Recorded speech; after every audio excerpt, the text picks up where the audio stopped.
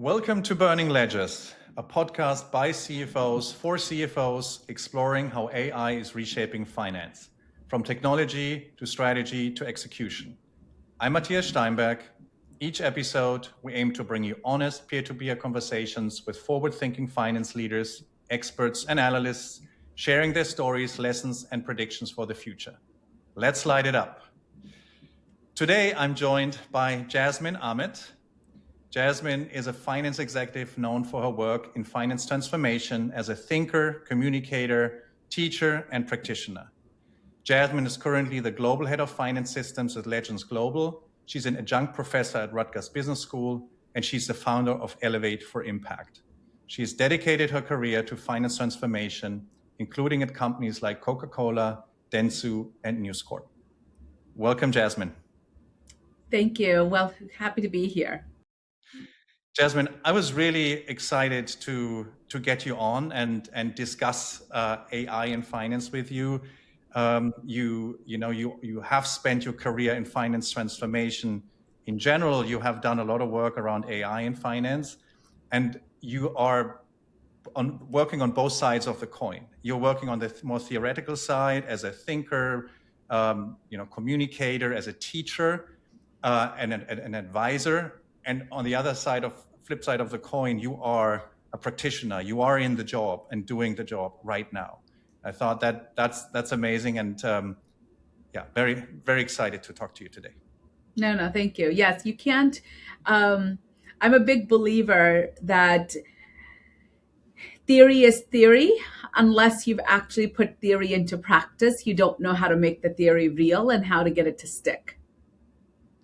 Absolutely. Let's start with the theory, and maybe throughout the conversation, work our way into the practical experiences and knowledge you're building up.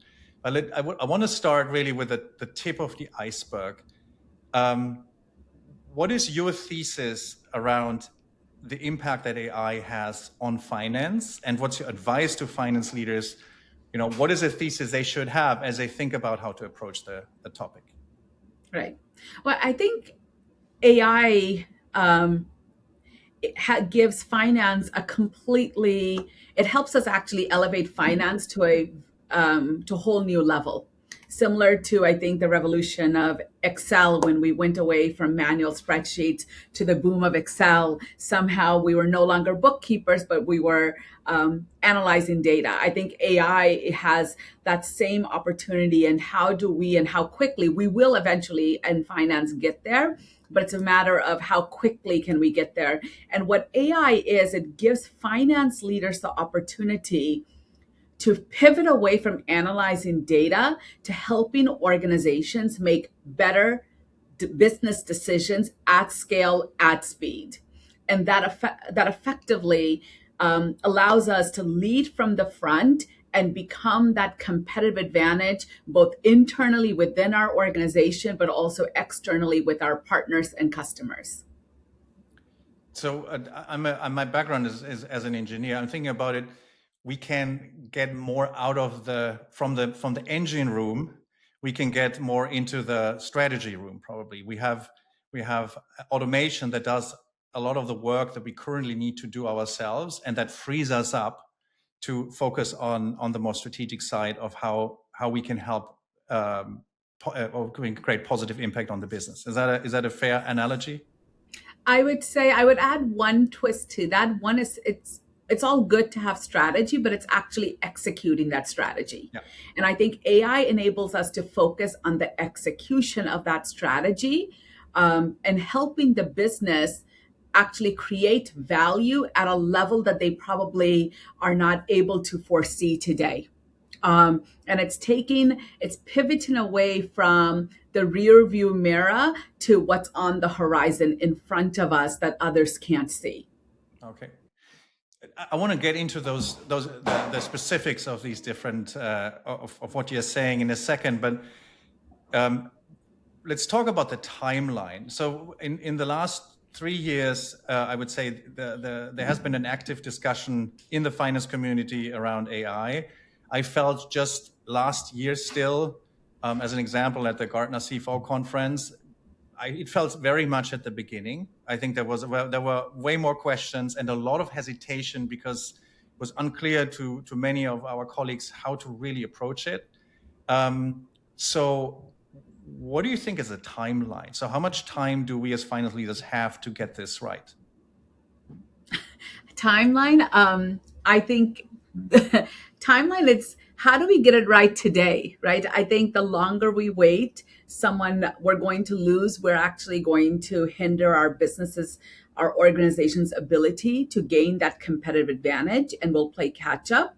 On the other end, I also believe that the quicker we really embed AI in the way finance thinks, acts, and operates is going to be pivotal to also attract the best talent out there, right? Because if we think about how the talent of tomorrow is wired and what they're looking for in their choice of employment, AI is going to be inevitable in that mix. Okay. Which what you're saying is a very,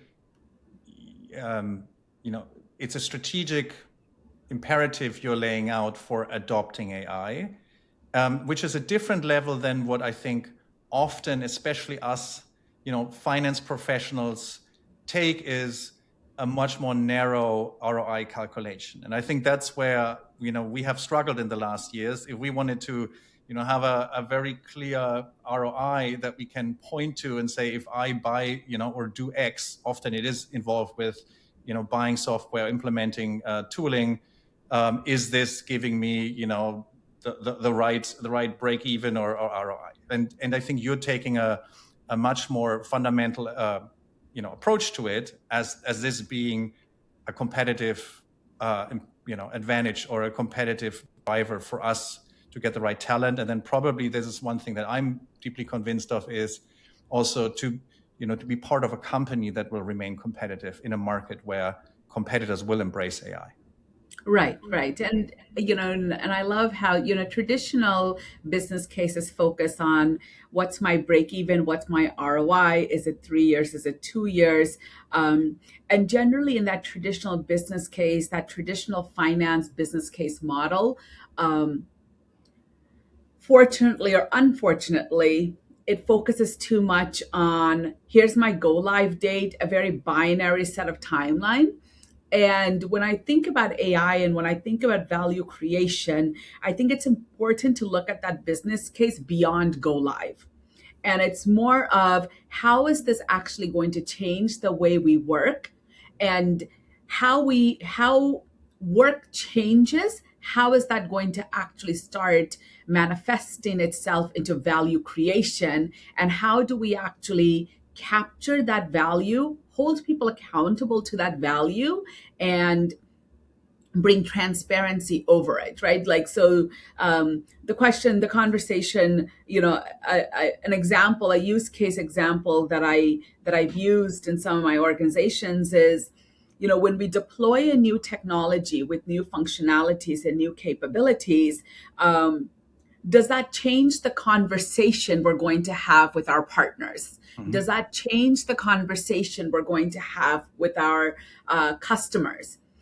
And we have to keep in mind that when we sit down with a partner, when we sit down, especially as an executive, when you sit down with a partner, when you sit down with a customer and you have 30 minutes, that 30-minute is very time bound. You're not going to get hours. And that 30-minute, if you are focusing 90% of your time talking about foundation, talking about what happened yesterday, already you're limiting the value creation that could come out of that conversation. But if you can actually pivot and say, actually 90% of my time is going to be focused more around how do we partner together to create value, that's the art of possibility. And I think technology, especially finance, the more you can actually help move that pivot and move that index over, that's where the true value creation starts taking place. Would you agree that one thing I see and we see is that companies that are making the that are making the biggest progress in actually, learning and understanding how to use AI for their benefit, and to actually realize these gains that you just talk about, that usually they do have a top level support, often programs, often budgets that are designed on a much more strategic level, where if I am a finance executive and I have an initiative that has, for example, the goals you just outlined. I want to have better insight. I want to have insight faster. I want to be able to shift work or time of my team, into the strategic and the execution, rather from the production or the management of data or financial insights. That makes it a lot easier for people to actually start and get projects on the ground, as opposed to trying to find, in a very traditional software type ROI case, trying to find the ROI that they can then reason why they're fitting it into the budget. Is that a correct observation, or what do you see how companies can create an environment where what you describe and this transformation can really flourish?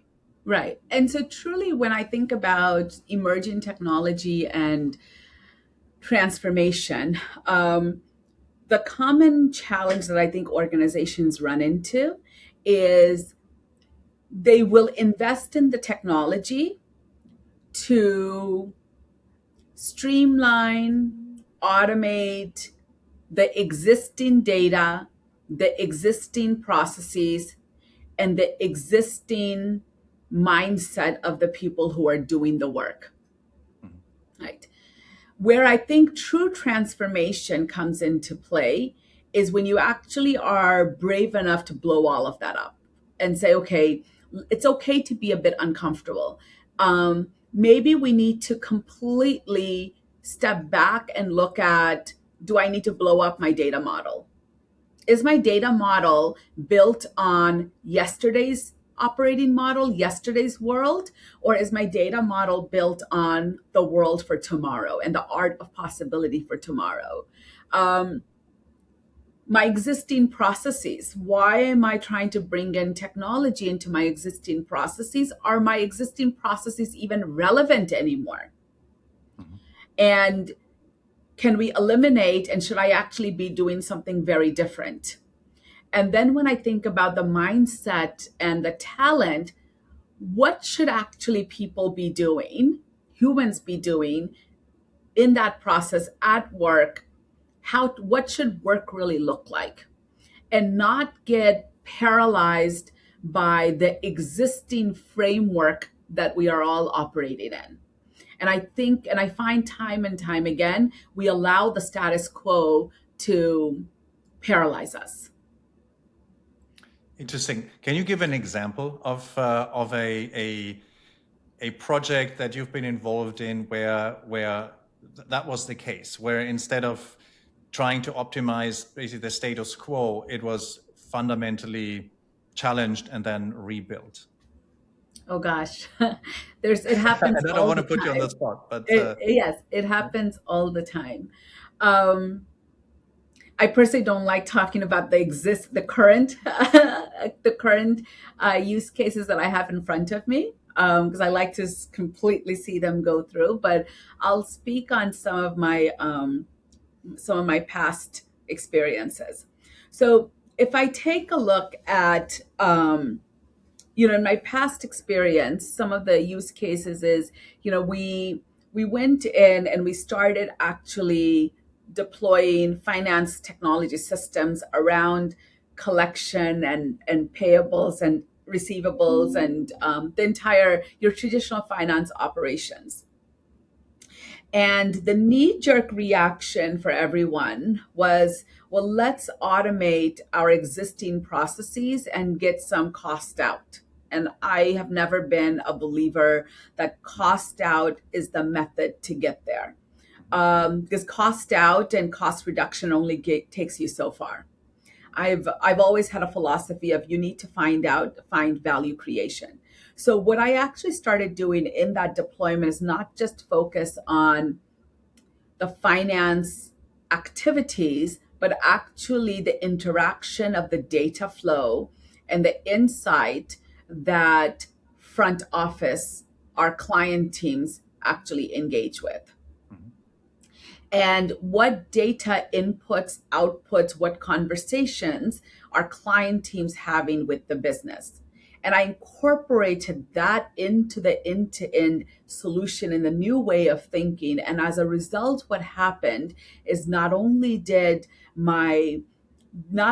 we experience an uptick in revenue and liquidity, but we also saw an expansion of an elevated of cross-selling take place as well, because I made it easier for the client teams to focus their conversations on how do we sell across the portfolio and not just within our specific verticals. It's creating that system and that environment that allowed us, both finance and the business working together, to look across the horizon. Understood. Interesting. And this, I mean, applies to this is not predicated on AI. It just probably is something that an approach that where AI provides, new opportunities for actually then from the business need or from the value or the right questions, as you put it, that we want to answer, to then as a finance team be part of designing the processes and solutions that can actually support this. I mean, yes, look, AI is never going to be the answer. AI technology is the enabler. And I think we need to be very mindful that, and this is not just for finance, it's across finance. Technology is an enabler that should be utilized to enable us to do a better job, better, faster, cheaper, right? That's really what it is.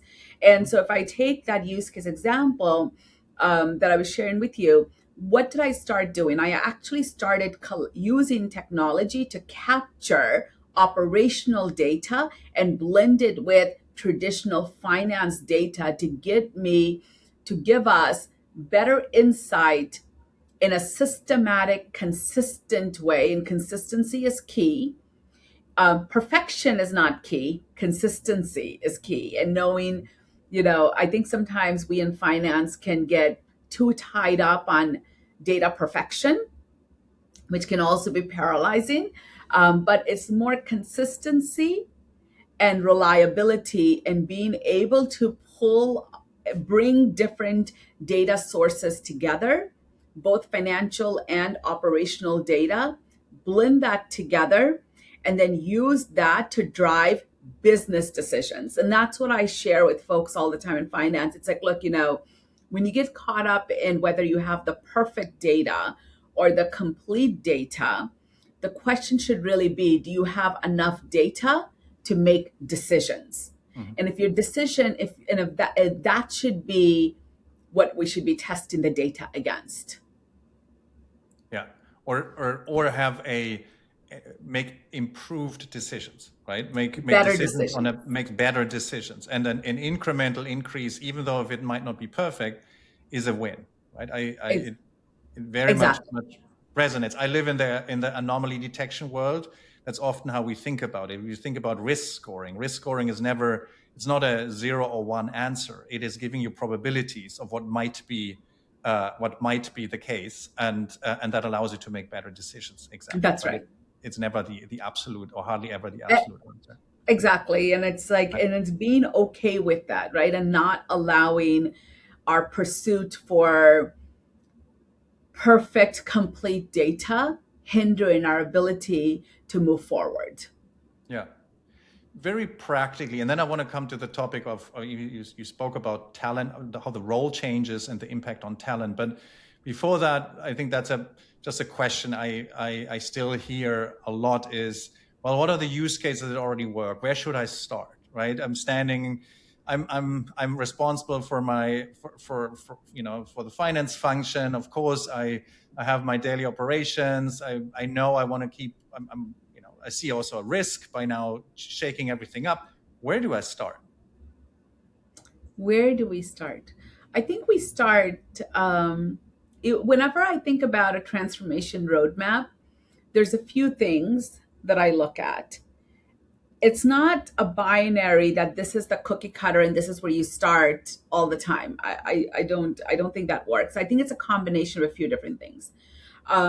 First of all, like the environment that I'm in, I like to see and understand both from an EQ and IQ perspective, where are we as an organization?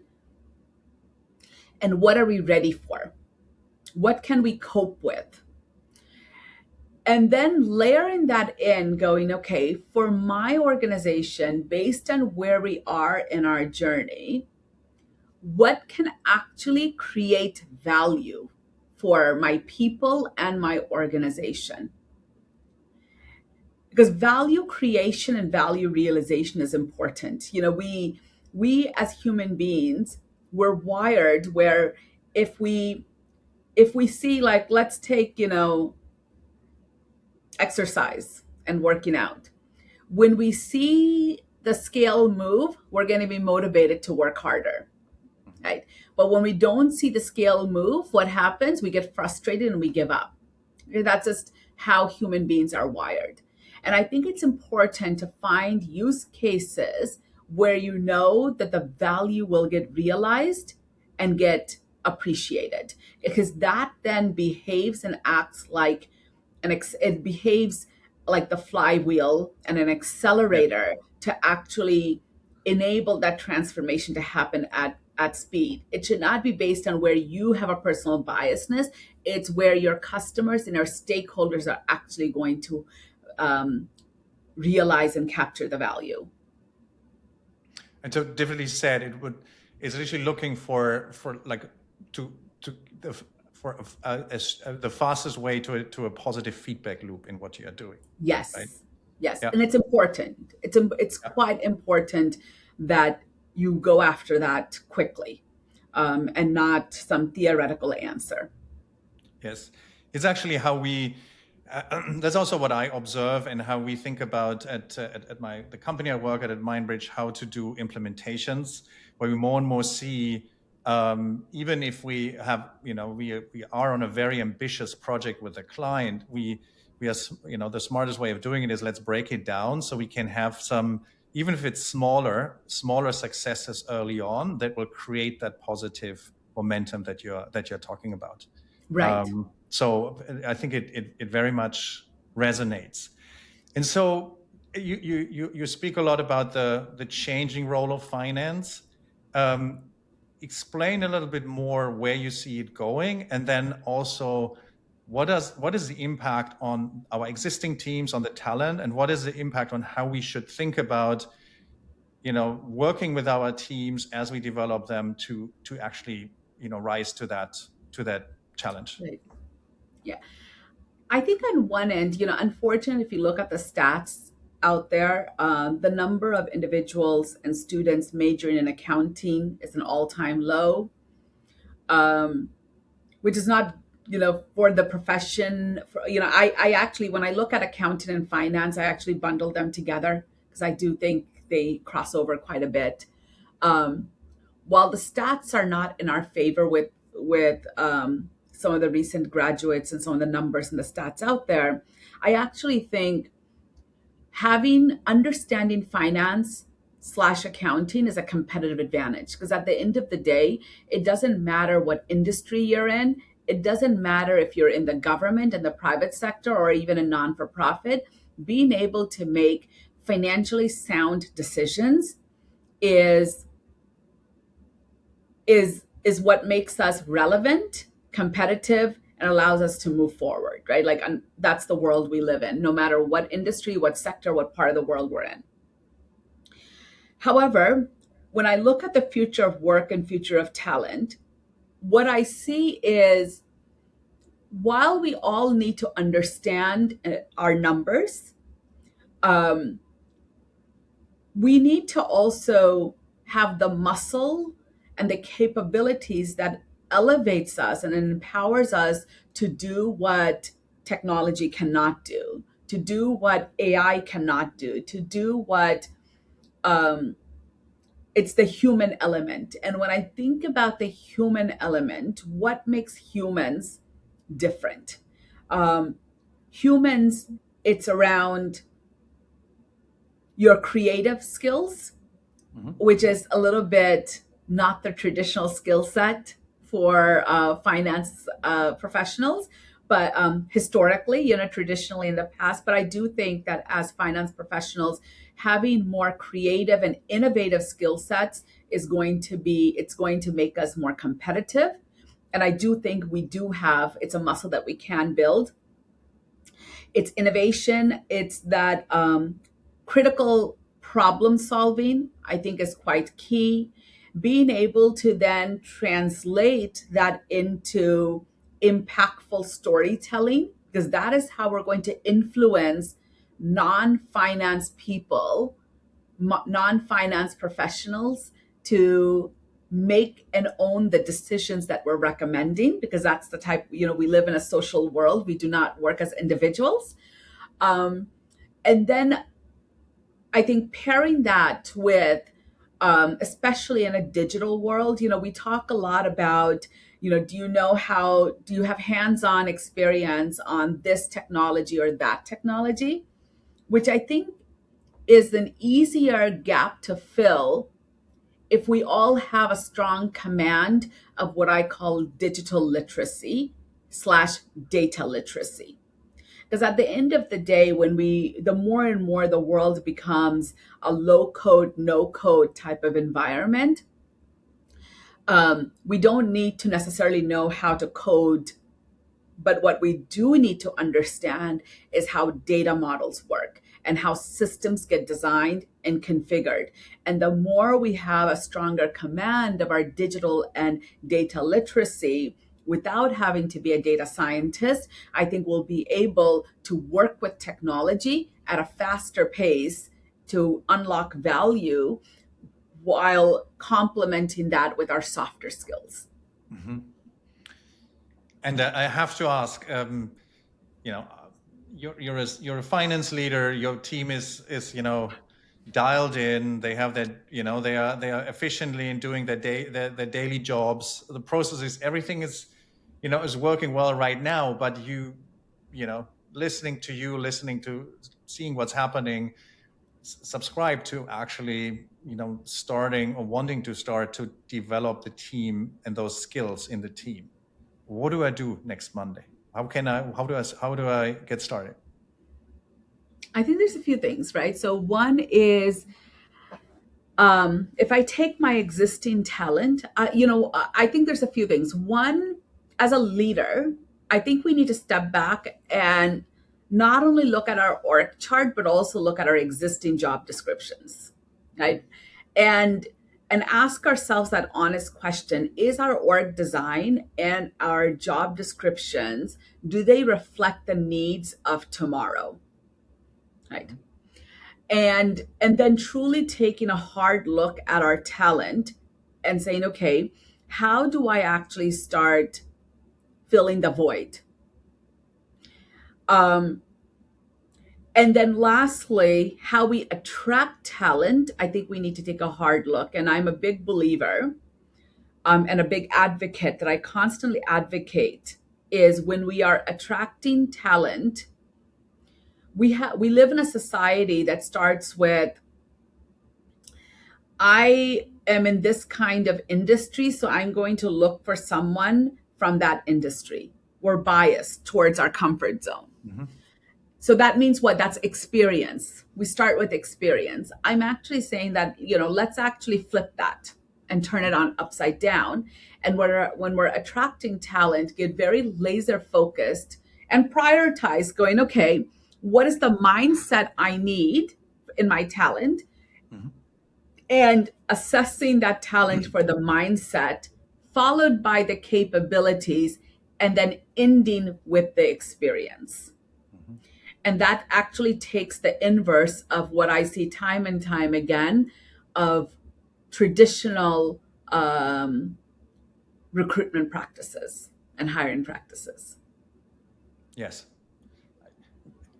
Absolutely makes sense. It echoes very much with my personal experience in building teams. I once had this epiphany moment when I read an article that just laid out the very obvious concept to hire for inert talents and not hire for experience, because the inert talents you cannot change. So you need to have those in place, and that would be exactly as you say. It's the right basic attitude, it's the right spirit, it's the right soft skills around how quickly do I learn, what do I bring in terms of characteristics, and then lastly, that specific experience. That's probably the piece that is easiest to fix, because that's what you can train up people on and new colleagues on most. So it very much resonates. And so it would basically mean taking knowing where you want to go with your team, and then taking a very practical approach in, as you put it, filling the void, to think about where do I want to go, where am I, what's the gap, where should I allocate these skills? Existing roles might change with evolving job descriptions, and then maybe there's also new roles. I would imagine that might not have existed before. And then the last piece that I find really interesting, and it crossed my mind when I heard you speak literally 15 minutes earlier, it's also maybe different backgrounds. Is that, would you say that's fair? Maybe it will not be the traditional backgrounds that would go in finance, that have basically been prepped from their training. Might it also be that we'll see more and more different skills that are actually part of the finance teams, maybe from data to programming to business, that might be intermixed, or is that absolutely, absolutely? Yep. Because I think, if I think about the future of work, at least my hypothesis, for whatever it's worth, is I do not believe 10 years from now in corporations, our functional disciplines will dictate our career paths. I think it's going to be more fluid and more horizontal, and us being open to that, right? And I think taking advantage of that. It's like, look, instead of that happening to us, how do I actually lean into that today and turn that into a competitive advantage? And maybe instead of having 10 traditional accountants on my team, maybe I swap two of those individuals for someone who knows technology really well, and someone who knows data really well, and maybe someone who's really good in storytelling, more marketing type of skill sets, and I cross-train them. Right? And if you get the right person with the right mindset and the right capabilities, teaching them accounting is not going to be, or teaching them finance should not be, a showstopper. I fully agree. I love that. And what is it like? And this is a good segue into you also talk and think about the right culture and what transformational leadership looks like.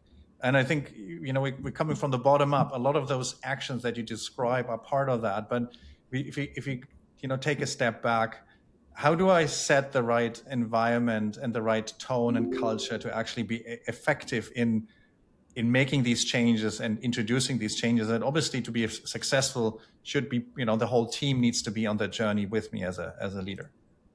Right. I think look, transformation leadership requires you to have courage.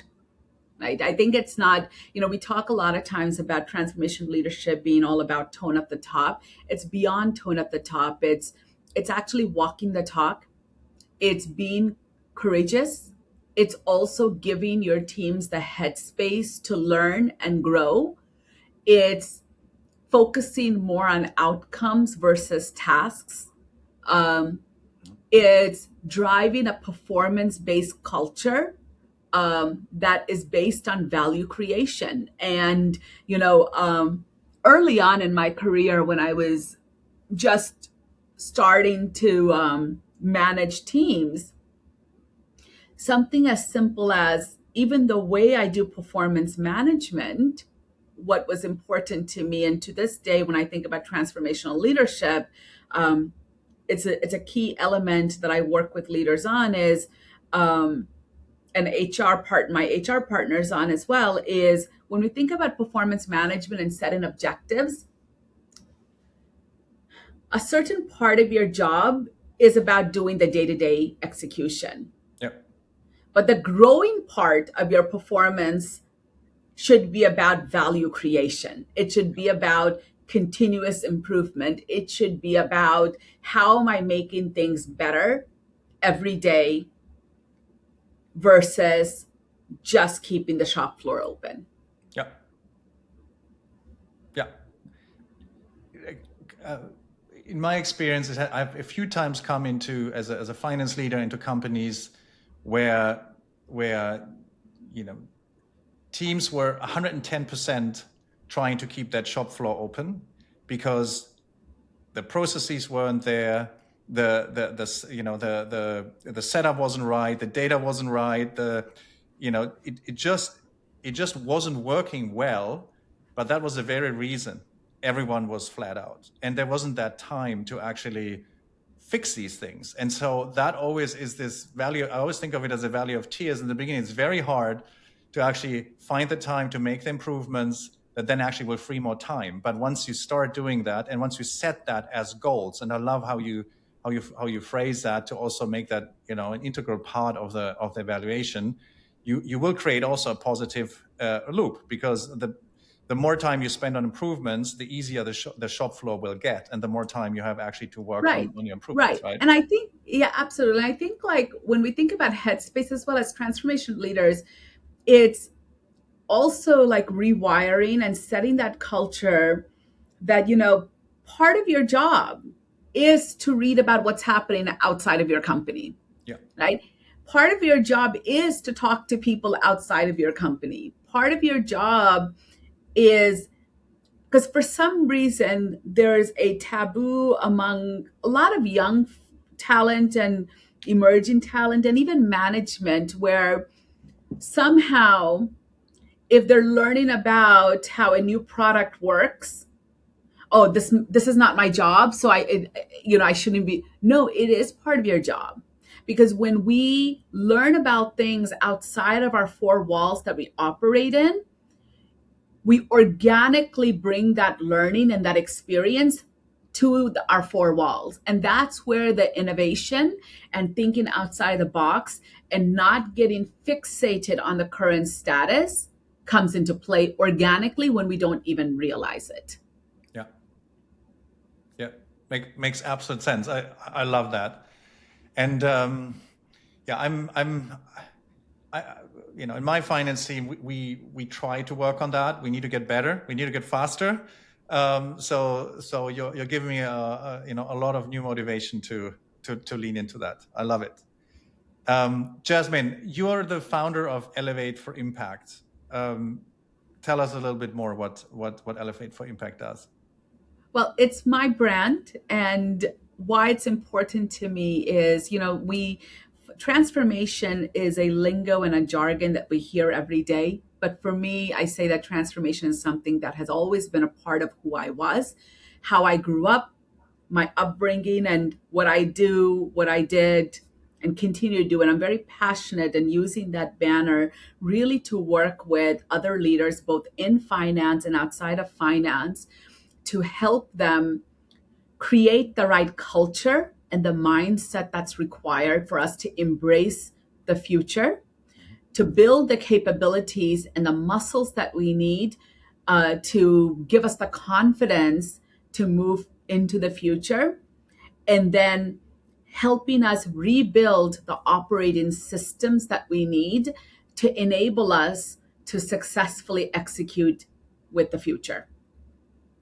But that's what I'm passionate about, not just for myself, but with everyone that I come across, and always welcome anyone who's looking to go on that journey or is on that journey and would welcome another perspective to the portfolio. We will put in the show notes all your contact details. And so to be very explicit, you also told me before the show, you'd be open to anyone that wants to get in touch, that cares about these topics. Absolutely. Absolutely. Jasmine, this has been fascinating. I thought that was definitely the most exciting discussion I have had about finance transformation. I thank you very much, and best of luck. Thank you. Thank you, and have a Jasmine. great day. This episode was brought to you by MindBridge, the leader in AI-powered financial decision intelligence. To learn more, visit us online at mindbridge.ai. I'm Matthias Steinberg. This was Jasmine Ahmed, and this has been Burning Ledgers. Don't forget to subscribe, leave a review, and tell a friend about the show.